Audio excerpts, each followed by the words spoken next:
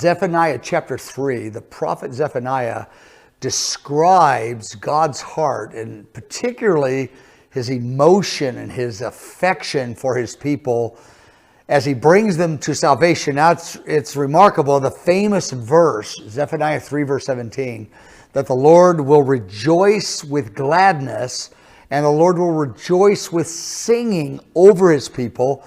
And understanding that and receiving that from his heart quiets our heart in the love of God. Instead of being stirred up in anxiety and the storm of life and all the fear of what's happening, he said, the way to quiet your heart is to get in touch with this storyline that unfolds verse by verse through Zephaniah 3. It's quite an in-depth storyline. There's 6 or 7 parts of the story.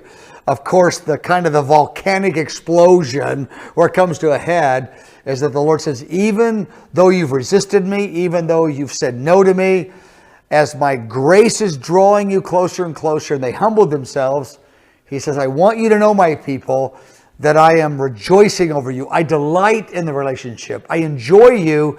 Even though you resisted me for a season, there's no shame in it because we're in this thing together. And so Zephaniah 3 unpacks about 5 or 6 part of the end time storyline, but that's kind of like the volcanic explosion of it.